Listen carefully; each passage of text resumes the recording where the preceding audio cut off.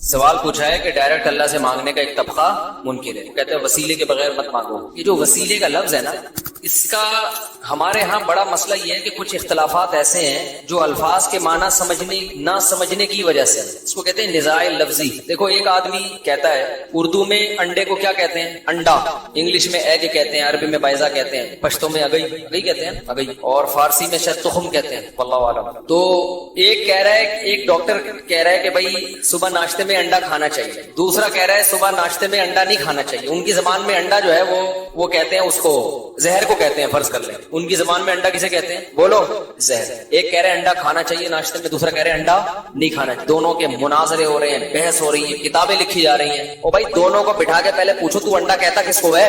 تیری نظر میں انڈے کی ڈیفینیشن کیا ہے؟ وہ بتائے گا اس کو بولتے ہیں، دوسرا کہے گا یہ تھوڑی غلط ہے، اس کو کون ناجائز کہتا ہے؟ یہ تو کھانا چاہیے۔ تو پھر تو اتنے مناظرے کیوں کر رہا ہے؟ بھائی میں تو انڈا اس زہر کا نکالا، ہم تو ہماری زبان میں انڈا اس کو کہا جاتا ہے۔ تو بحث ختم ہو گئی کہ نہیں ہو گئی؟ یہ جو میں نے حافظ صدیق کو بلایا تھا نا، صدیق رضا جو اہل حدیث کا مناظر ہے، ان کو میں نے مناظرہ کرنے کے لیے نہیں بلایا تھا، ان کو میں نے کہا تھا تقلید جس کو تم حرام کہتے ہو، پہلے یہ بتاؤ تمہاری نظر میں تقلید کی ڈیفینیشن کیا ہے؟ اس ڈیفینیشن سے پتا چلے گا کہ یہ عمل جائز ہے یا حرام ہے، کیونکہ تقلید کی ہر ایک نے مختلف تعریف کی ہے۔ کسی نے تقلید کی کیا تعریف کی، کسی نے کیا تعریف کی، تو ہر ڈیفینیشن کو دیکھ کے اندازہ لگائے گا کہ آپ تقلید کا مفہوم سمجھتے کیا ہو۔ میں نے ان کو بڑی بھائی بندی میں کہا تھا بیٹھ جاتے ہیں، میں نے کہا ہو سکتا ہے تقلید آپ کی نظر میں جس چیز کا نام ہے ہم بھی اس کو ناجائز ہی کہتے ہوں، تو ہمارا پھٹا وہیں سے کیا ہو جائے گا، مناظرے کی ضرورت ہی پیش نہیں آئے گی۔ سمجھ میں نہیں آ رہی بات؟ تو پہلے یہ طے کرنا پڑتا ہے کہ آپ جس کو تقلید کہہ رہے ہیں وہ ہے کیا۔ وہ کہہ رہے تھے مولانا سرفراز خان صفدر صاحب نے یہ لکھا، فلاں مفسر۔ ابے بھائی فلاں نے بہت لوگوں نے مختلف تعریفیں کی ہیں اور اسی لحاظ سے ہر ایک نے الگ مسئلہ بیان کیا ہے، کسی نے کہا ناجائز ہے، کسی نے کہا حرام ہے، کسی نے کہا حلال ہے، کسی نے کہا واجب ہے۔ تو پہلے آپ یہ بتاؤ کہ آپ کی نظر میں تقلید کی ڈیفینیشن ہے کیا؟ تو وہ جب تک متعین نہیں ہوگی ہم اس پر بحث آگے نہیں کریں گے۔ اسی وجہ سے میں نے محترم سے کہا تھا کہ آپ تقلید کی تعریف جو آپ جس کو تقلید کہتے ہیں وہ لکھ کے دو، پھر ہم اس پہ بحث کریں گے کہ یہ عمل، لفظ کو نہیں دیکھیں گے، لفظ کو نہیں دیکھیں گے، یہ دیکھیں گے کہ یہ والا عمل یہ اسلام میں جائز ہے یا ناجائز۔ اور آج بھی میں حافظ صدیق رضا کو کہہ رہا ہوں کہ آپ تقلید کی ڈیفینیشن جس کو آپ تقلید کہتے ہو لکھ کے دو پہلے، پھر اس سے ہٹنا نہیں ہے آپ نے۔ پھر یہ نہیں کہنا مولانا سرفراز خان نے یہ لکھا تو مولانا فلاں نے یہ لکھا تو فلاں مفسر نے یہ لکھا۔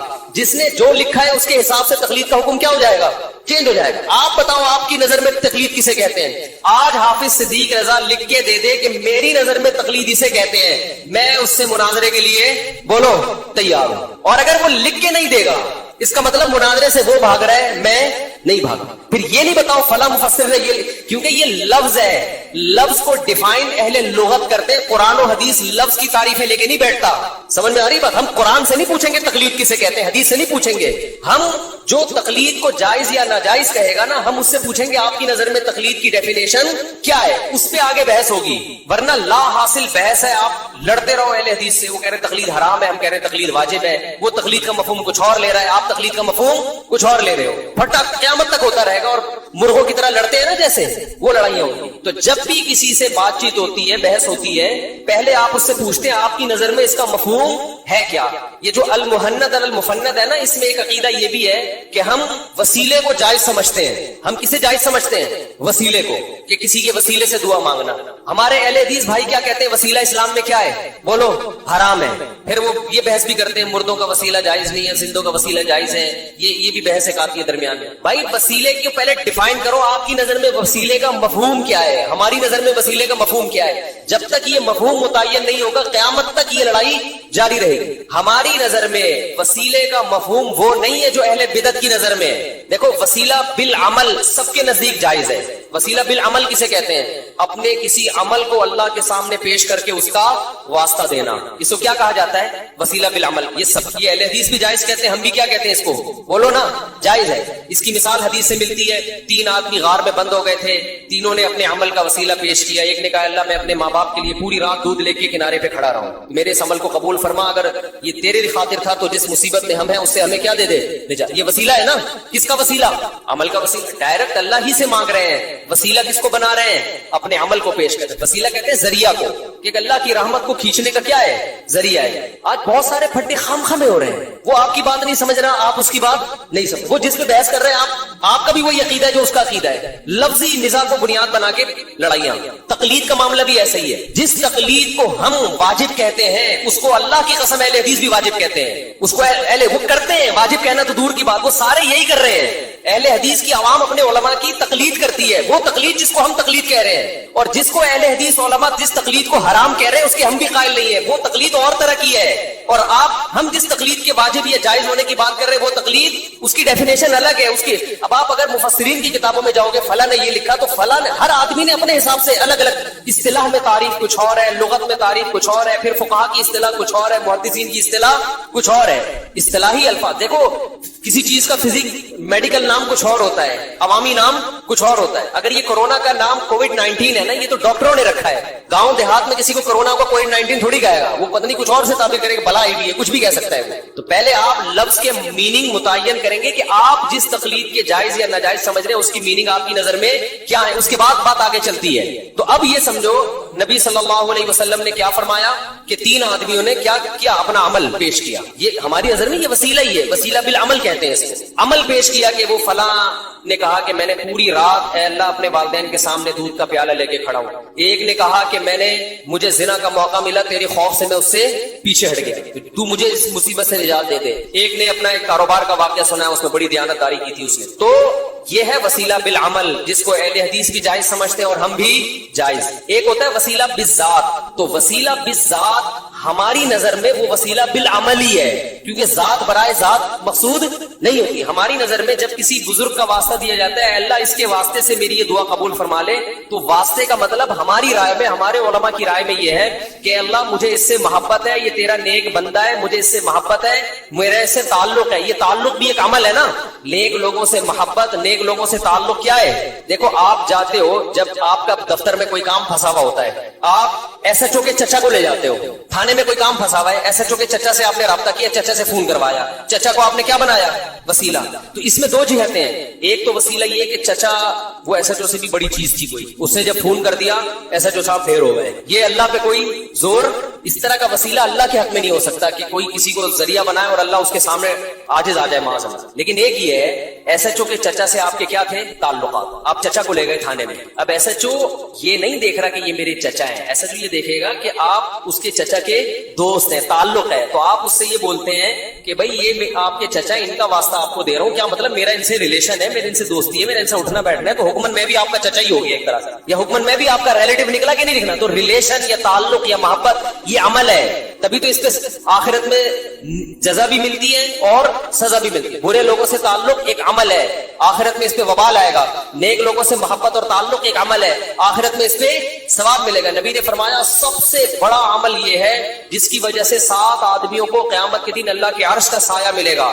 ان میں ایک وہ آدمی یتحابان فی اللہ اجتمع علیہ وتفرقا علیہ, صرف اللہ کے لیے آپس میں کیا کرتے ہو, محبت. تو صرف اللہ کے لیے کسی سے محبت کرنا یہ بہت بڑا عمل ہے. تو علماء دیوبند کی نظر میں جب کسی بزرگ کا واسطہ دے کے اللہ سے مانگا جاتا ہے تو بزرگ برائے بزرگ مراد نہیں ہوتے, ان بزرگ سے تعلق اور محبت مراد ہوتی ہے کہ میرا ان سے تعلق ہے, میرا ان سے محبت ہے, یہ ہمارے درمیان موجود ہے, ان کی وجود ہمارے لیے باعث سعادت ہے, اس کا ہم تجھے واسطہ دے رہے ہیں. تو یہ عمل ہی ہے, اس کو نہ اہل حدیث نہ جائز کہہ سکتے ہیں, نہ ڈاکٹر ذاکر نائک, نہ کوئی اور عالم. سمجھ میں آ رہی ہے بات, نہیں آ رہی میرا خیال. تو علماء دیوبند جس وسیلے کے قائل ہے وہ یہ والا وسیلہ ہے, یہ وسیلہ بالعمل ہی ہے, اور اس پر علماء دیوبند کی تصریحات موجود ہے, ان کی عبارتیں موجود ہیں کہ یہ وسیلہ بالعمل ہی ہے. اس میں مجاز محذوف ہوتا, مجازن مضاف کو محذوف کر دیا جاتا ہے. اس بزرگ کا مطلب اس بزرگ سے تعلق کا وسیلہ. شارٹ میں کیا کر دیا جاتا ہے, ایک لفظ کو بولتے کیوں نہیں حذف کر دیا جاتا ہے. جیسے آپ کہتے ہیں نا گاڑی پنچر ہو گئی, گاڑی نہیں پنچر ہوئی تھی, گاڑی کا ٹائر پنچر ہوا ہوتا ہے. آپ کہتے ہیں میں دعوت میں گیا 3 پلیٹیں کھا گیا, تو پلیٹ تو کسی کا باپ بھی نہیں کھا سکتا, پلیٹوں کے اندر بھی آپ نے ان شارٹ کہہ دیا ہوتا ہے. تو ان شارٹ کہا جاتا ہے اس کا واسطہ, اس کا واسطہ, فلاں کا واسطہ, اللہ تجھے مطلب میرے سے تعلق ہے. تبھی کسی چرسی ہیروئنچی کا واسطہ بولو نہیں دیا جاتا, بزرگوں کا واسطہ دیا جاتا ہے. ہاں ہاں اس پر اتنا ضرور اشکال ہوتا ہے کہ بعض دفعہ عوام اس فرق کو نہیں سمجھتی کہ یہاں مضاف محذوف ہے، تو عوام کو غلط عقیدے سے بچانے کے لیے اگر کسی کی یہ رائے ہے کہ یہ وسیلے کا لفظ درمیان سے نکال کے ڈائریکٹ اللہ سے مانگنا چاہیے، اگرچہ آپ کی نیت درست ہے، آپ کا مطلب مجھے اس بزرگ سے محبت ہے، تعلق ہے، اس کا وسیلہ، لیکن عوام میں اتنی سمجھ نہیں ہوتی کہ وہ اس باریکیوں کو جانے، لہذا عوام کو وہ یہ سمجھ لیتی ہے وسیلہ بھی ذات، یہ ذات برائے ذات مقصد ہے، اس لیے عوام کو کنفیوژن سے بچانے کے لیے اگر یہ وسیلے کا لفظ کچھ دنوں کے لیے مارکیٹ سے شارٹ کر دیا جائے تو میری رائے بھی یہی ہے کہ اس میں کوئی خرابی نہیں، بھائی ڈائریکٹ اللہ سے یوں مانگ لو اللہ، اور اگر کسی بزرگ کا واسطہ دینا تو ڈائریکٹ محبت کا لفظ ہائی لائٹ کر لو، اللہ مجھے میرا خیال ہے کہ یہ تیرا نیک بندہ، یقینی طور پر تو کسی کو نیک بندہ نہیں کہہ سکتے آپ، مجھے ایسا لگتا ہے کہ 4 شادیاں ہیں تو شاید نیک ہی ہوگا، تو اس کی 4 شادیوں کا واسطہ، مطلب چوڑے میں تو آ گیا نہیں، تو اللہ تجھے اس نے سنت زندہ کرنے کے لیے اپنے آپ کو اللہ ذبح کروا، سر کے بال اس کے غائب ہو گئے، بیچ سے گنجا ہے، پگڑی اتارتا ہے تو درمیان سے کیا نظر آتی ہے؟ یہ بال ہمیں باہر سے نظر آ رہے ہیں، تو تجھے اس کی ٹنڈ کا واسطہ۔ تو یہ جو مضاف ہے نا، جو محذوف ہے، اس کو ہائی لائٹ کر دے آدمی یا ڈائریکٹ بول دے تاکہ کوئی بدعتی آدمی کو تائید نہ ملے۔ تو یہ میری ایک رائے ہے، لیکن یہ بھی قرآن و حدیث نہیں ہے، رائے کا اختلاف کا پورا حق ہوتا ہے۔ دوسرا کہہ سکتا ہے کہ بھائی مجھے آپ کی رائے سے اتفاق نہیں ہے، نہ کوئی اس سے شرک پھیل رہا ہے، کچھ بھی نہیں ہو رہا، خام ایک چیز کو بنا لیا، چلو چلتا ہے، پھر وہ بھی ٹھیک ہے، یہ بھی ٹھیک۔ تو یہ جو وسیلے کے لفظ پہ اتنی بحثیں چل رہی ہیں، یہ وسیلے کے لفظ کا مفہوم پہلے متعین کرو کہ تمہاری رائے میں وسیلہ کسے کہتے ہیں، ہماری رائے میں وسیلہ کسے کہتے ہیں۔ تقلید کی ڈیفینیشن ابن قیم نے الگ کی ہے، ابن تیمیہ نے الگ کی ہے، علامہ سرفراز خان صفدر صاحب نے الگ کی ہے، حضرت فلاں نے الگ کی ہے، وہ ہر ایک الگ الگ حکم بیان کر رہا ہے، سمجھتے ہو؟ تو پہلے آپ بتاؤ آپ کی نظر میں کیا اس کا تصور ہے، ہم اس پہ بحث کریں گے کہ یہ جائز ہے یا ناجائز۔ تبھی حافظ صدیق رضا نے کہا نا کہ تقلید کہتے ہیں بلا دلیل کسی کی بات کو ماننا، تو میں نے کہا تو بہت سارے تابعین نے صحابہ کی باتوں کو بلا دلیل مانا، اس پہ فوراً وہ ہمارے مشہور زمانے نے کلپ بنا لیا کہ وہ صحابہ تھے اور تم کیا ہو، تم تو کوئی دیوبندی ہے، تو کوئی بریلوی ہے، تو کوئی فلانا ہے، تو کوئی ڈمکانا۔ تو بات جو چل رہی ہے اس کو موضوع سے ہٹا دی، ہماری بات آپس کی بحث ہو رہی ہے، ہم تقلید کی کو ڈیفائن کر رہے ہیں، تم درمیان میں بلا وجہ تمہیں کون پوچھ رہے ہیں، تم سے پوچھا کسی نے؟ وہ خام میں بیٹھ کے اپنا ایک وہ ایفیشنسی جھاڑنے کی کوشش کی ہے۔ تو یہاں بھی یہی مسئلہ ہے کہ یہ جو انہوں نے سوال پوچھا ہے نا، ایک طبقہ ڈائریکٹ اللہ سے مانگنے کا منکر ہے، یہ عقیدہ غلط ہے یا درست؟ تو اللہ سے ڈائریکٹ ہی مانگا ہے، اگر وسیلہ بھی ہونا تو وہ بھی ڈائریکٹ اللہ ہی سے مانگا جاتا ہے۔ جو لوگ اپنے عمل کا وسیلہ پیش کر رہے تھے وہ بھی ڈائریکٹ کس سے مانگ رہے تھے؟ اللہ سے مانگ رہے تھے، عمل کو ذریعہ بنا رہے ہیں اللہ کی رحمت کو متوجہ کرنے کا۔ تو محبت بھی ایک عمل ہے، جب کسی بزرگ کا واسطہ دیا جاتا ہے تو اللہ ہی سے ڈائریکٹ مانگا جا رہا ہے، ان بزرگ سے یا صحابہ سے یا تابعین سے یا اہل بیت سے، جیسے عبداللہ بن عباس کا واسطہ دیا بعض صحابہ نے، تو یہ اہل بیت سے کہ ہمیں بھی ان سے محبت ہے، یہ ہمارے درمیان موجود ہے، ان کا خیال کر لے اللہ تعالیٰ۔ تو یہ محبت کا یہ نبی سے بھی جائز ہے، نبی کا وسیلہ کہ ہم ان کے امتی ہیں، اللہ تو ان کے واسطے سے، تیری جو کرم محمد صلی اللہ علیہ وسلم اور ان کے امتیوں پر ہوا ہے وہ باقی بنی اسرائیل پر نہیں ہوا، تو محمد صلی اللہ علیہ وسلم کا واسطہ دے رہے ہیں کہ ہم ان کے امتی ہیں۔ تو امتی ہونا یہ بھی ایک عمل ہے، اگرچہ غیر اختیاری عمل ہے، یہ اللہ کی طرف سے ہمارا، لیکن ہمارا کوئی دخل نہیں ہے نا، لیکن ہو تو گیا نا۔ ایمان کا واسطہ دیا جاتا ہے، اللہ تو نے جو ہمیں ایمان دیا اس کا واسطہ کہ تو ہمارے گناہ کو معاف کر دے، تو یہ ایمان اختیاری تھوڑی، ہمیں تو گاڈ گفٹڈ ایمان ملا ہے نا، ماں باپ کی وجہ سے ملا ایمان۔ تو عمل غیر اختیاری ہو یا اختیاری ہو اس کا وسیلہ دیا جا سکتا ہے، لیکن میری رائے یہی ہے کہ جو صحابہ میں عام طور پہ دعا مانگنے کا رواج تھا تو اسی کو زیادہ فوکس کرنا چاہیے، ایسا لفظ درمیان میں کیوں لے کر آ رہے ہو جس کے مطلب بیان کرنے پڑے۔ لیکن المحنت میں جو علماء دیوبند کا عقیدہ لکھا ہوا ہے نا کہ وسیلے سے دعا مانگنا جائز ہے، اس کے مراد یہ والا وسیلہ ہے، اور اس کے ناجائز ہونے کا کوئی بھی دنیا میں قائل نہیں ہو سکتا۔ جنہوں نے ناجائز لکھا ہے وہ اس کو نہیں لکھا ہے، اس کو کہہ نہیں سکتے، یہ تو عمل ہے، سمجھتے ہو؟ اب کوئی یہ قرآن و حدیث سے دکھاؤ یہ وسیلہ بالعمل ہے، تو لغت قرآن و حدیث سے نہیں دکھائی جاتی۔ میں اگر کہہ رہا ہوں 3 پلیٹیں کھا گیا، ایک آدمی قسم اٹھاتا ہے کہ خدا کی قسم بریانی کی 3 پلیٹیں کھاؤں گا، اور اس نے پلیٹیں نہیں کھائی، بریانی کھائی، مفتی کے پاس آیا مسئلہ پوچھنے کے لیے، مفتی اسے بتائے گا کہ تجھے کفارہ تجھ پر لازم نہیں ہے کیونکہ تو نے 3 پلیٹوں کی قسم اٹھائی تھی اور تو نے 3 پلیٹیں کھا لی۔ ایک بندہ سامنے بیٹھا ہوا ہے، وہ کہہ رہا ہے مفتی صاحب پلیٹیں تو وہیں کے وہیں پڑی ہوئی ہے، اس پر تو کفارہ لازم ہے قسم کا، کیونکہ اس نے کہا تھا پلیٹیں کھاؤں گا، پلیٹیں اس نے کھائی نہیں ہے، قسم کا کفارہ ادا کرے۔ میں کہوں گا کہ بھائی لغت یہ کہتی ہے کہ جب کوئی کہتا ہے نا پلیٹ، تو پلیٹ سے مراد کیا ہوتا ہے؟ اس کے اندر کا کھانا۔ اب وہ کہ قرآن حدیث میں دکھاؤ کہ پلیٹ سے مراد کیا ہے، تو میں یہ میں بولوں گا اس نے جو الفاظ کہے نا، الفاظ کا مفہوم قرآن و حدیث سے نہیں دیکھا جاتا، ڈکشنری میں دیکھا جاتا ہے، لغت میں دیکھا جاتا ہے، اہل لغت سے پوچھا جاتا ہے کہ تمہارے ہاں پلیٹوں سے مراد بریانی ہوتی بھی ہے کہ نہیں؟ ہر چیز کے قرآن و حدیث کا حوالہ مانگنا خود ایک بہت بڑی جہالت ہے، سمجھتے ہو کہ نہیں سمجھتے؟ ایک صاحب کہنے لگے قرآن و حدیث میں کہاں لکھا ہے نیا مجتہد نہیں آ سکتا؟ میں نے کہا قرآن و حدیث میں نہ پرانے کا لکھا ہوا ہے نہ نئے کا لکھا ہوا ہے، ٹھیک ہے؟ اس کا قرآن و حدیث سے اس کا مشاہدے سے تعلق ہے کہ جنہوں نے مجتہد ہونے کا دعویٰ کیا ان سے اتنے بڑے بڑے بلنڈر ہوئے اور اتنے بڑے بڑے انہوں نے قرآن و سنت کے نام پہ گڑبڑے کی ہیں کہ جو دعویٰ نہیں کر رہے ان کا کیا حال ہوگا۔ تو مشاہدے پر مبنی ایک حقیقت ہے کہ اب لوگوں میں وہ صلاحیتیں نہیں ہے. دیکھو یہ 360 ایپ ہے نا اپلیکیشن 360, اس کے جنہوں نے بنائی وہ اہل حدیث ہے. میرا مقصد مسلک پر اعتراض کرنا فی الحال نہیں ہے. لوگ کہتے ہیں اب تو ہمارے پاس سامنے قرآن و حدیث بالکل ایسے, اب ہمیں کیا ضرورت ہے کسی عالم سے پوچھنے کی. کل میں نے 360 ایپ میں صحیح مسلم کی ایک حدیث دیکھی, اس کا ترجمہ غلط ہوا. صحیح مسلم کی حدیث کا ترجمہ ہوا ہے نبی کے دور میں اکٹھی 3 طلاقیں ایک سمجھی جاتی تھی. اکٹھی کا لفظ ایپلیکیشن والے نے یا تو خود غلط لگایا یا کسی ترجمہ اٹھایا جو ترجمہ کیا تھا طلاق کا مسئلہ ہے, اتنا حلال و حرام کا مسئلہ, اس میں آپ صحیح مسلم کی حدیث میں ایسا ورڈ کا اضافہ کر رہے ہیں جو عربی الفاظ میں بولو, اور اس سے زمین آسمان کا فرق پڑ رہا ہے مسئلے میں. تو ایپلیکیشن دیکھ کے انسان مفتی نہیں بن جاتا, صرف کتابیں پڑھ کے مفتی نہیں بن جاتا. اسے کیا پتا کہ یہ کتاب میں جو حدیث کا ترجمہ ہے یہ بھی ہے. اور آج خیانتیں بہت ہیں, ہر آدمی اپنے مسلک کے حساب سے حدیثوں کو ڈیفائن کر رہا ہے, ترجمے اپنے مسلک کے حساب سے کر رہا ہوتا ہے. تو شاید وہ اہل حدیث ہے, شاید انہوں نے اس وجہ سے کر دیا, مجھے نہیں یقین سے نہیں میں کہہ سکتا, ہو سکتا ہے کہیں سے کاپی پیسٹ کیا ہو ترجمہ, لیکن یہ بہت بڑی گڑبڑ ہے, اس پہ آواز اٹھانی چاہیے. پھر مجھے کچھ لوگوں نے بتایا کہ اور بھی کچھ حدیثوں میں اس طرح کا مسئلہ ہوا ہے, تو میں نے ان سے کہا مجھے نکال کے لاؤ, میں تھوڑا سا ان ایپلیکیشن والے صاحب سے بات کروں گا کہ بھئی آپ اس کو کریکٹ کریں. تو میرا پیغام 360 جنہوں نے ایپلیکیشن بنائی ہے انتہائی احترام کے ساتھ ان تک اگر کوئی پہنچا سکتا ہے تو ان کو بتایا کہ یہ جو آپ نے صحیح مسلم کی حدیث کا ترجمہ کیا کہ نبی کے دور میں اکٹھی 3 طلاقیں ایک سمجھی جاتی تھی, اس میں اکٹھی کا لفظ کیا کریں, حذف کریں, یہ صحابی کا بیان نہیں ہے, اس میں علیہ طلاق ہے, یہ علیہ طلاق 3 ایک سمجھی جاتی تھی, جس کا جواب موطا امام مالک میں موجود ہے, ابو داؤد میں موجود ہے کہ زمانے جاہلیت میں جیسے متع جائز تھا صحیح مسلم کی حدیث کے مطابق, ایسے ہی 3 طلاقیں چاہے ایک مجلس کی ہو یا 10 مجلس کی, 3 ایک سمجھی جاتی تھی. اسلام نے اس حکم کو منسوخ کیا ہے. خیر حدیث پر فقہی بحث تو ایک الگ ٹاپک ہے نا, ترجمہ تو لفظ بلفظ ہونا چاہیے نا, اس کی تشریح کیا ہے وہ تو ایک الگ چیز ہے. آپ تشریح میں لکھ دیں اپنی رائے, ترجمے میں تو نہ لکھیں. ترجمے میں تو لوگ سمجھیں گے یار یہ نبی کے دور میں تو ایک مجلس کی 3 ایک, اور یہ مولویوں نے کیا فتوے دینا شروع کر دیا. تو چاروں امام معاذ اللہ, صحابہ کرام, تابعین جو اکٹھی 3 کو 3 کہتے تھے, لوگ ان کو سب کو بیوقوف معاذ اللہ سمجھیں گے, اور یہ ہو رہا ہے آج کل. چند حدیثوں کے نمبر ترجمے یاد کر کے اسلاف سے اعتماد کیا ہو رہا ہے, ختم ہو رہا ہے. تو یہ گڑبڑیں ہو رہی ہیں. یہ دور فتنوں کا دور ہے, علمیت نہیں ہے, لکیر کی فقیری کا دور ہے, مسلک پرستی کا دور ہے. ہر آدمی قرآن و سنت کے نام پہ نیا مسلک بنا کے کہتا ہے یہ ٹھیک ہے اور میرا کوئی مسلک ہے نہیں, میں کسی کو نہیں مانتا. مطلب ہوتا ہے سارے غلط ہیں, میں کیا ہوں, صحیح ہوں. یہ چل رہا ہے مارکیٹ میں. تو الفاظ کو پہلے متعین, وسیلے کا لفظ بھی ایسے, پہلے اس کو متعین. عام اچھے کیسے ہوتے ہیں, جس کو فطرت سلیمہ اچھا قرار دے. آپ کسی کی خدمت کرتے ہیں تو سب اس کو اپریشیٹ کریں گے, ماشاءاللہ بہت اچھا. حق دبائیں گے, سب برا بلا کہتے ہیں, انسانی فطرت اس کو قبول نہیں کرتی. سخاوت انسانی فطرت کو اچھی لگتی ہے, بخل اور کنجوسی انسانی فطرت کو بری لگتی ہے, بشرطے کہ فطرت ہی خراب نہ ہو گئی ہو.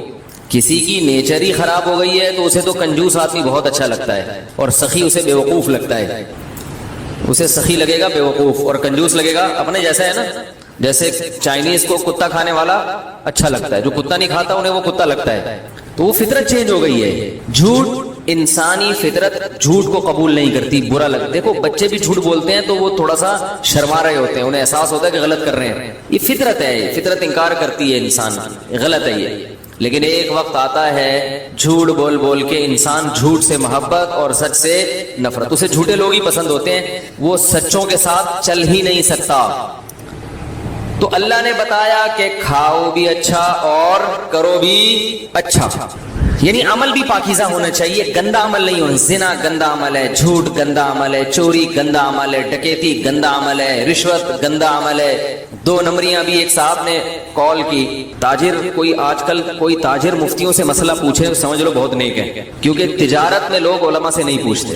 نماز روزے کے مسائل تو پوچھیں گے, تجارت میں کہتے ہیں ان مولویوں کو ایک طرف رکھو, یہ کم وقت پیسے کمانے نہیں دیں گے. سمجھ میں آ رہی ہے بات؟ تو ایک تاجر نے فون کیا کہ ہم بولیاں لگتی ہیں نا, تو کوئی بھی مارکیٹ میں جب کوئی چیز کوئی کمپنی سیل کرتی ہے تو بولی لگاتی ہے, یعنی وہ نیلام کرتی ہے اس چیز کو, بھئی کون کتنے میں خریدے گا. تو ہم آپس میں طے کر لیتے ہیں کہ تو جو ہے اتنی قیمت لگانا اور میں اس سے کم لگاؤں گا, تاکہ وہ میرے سے مجھے بیچنے کے بجائے آپ کو بیچ دے. بات آ رہی ہے سمجھ میں؟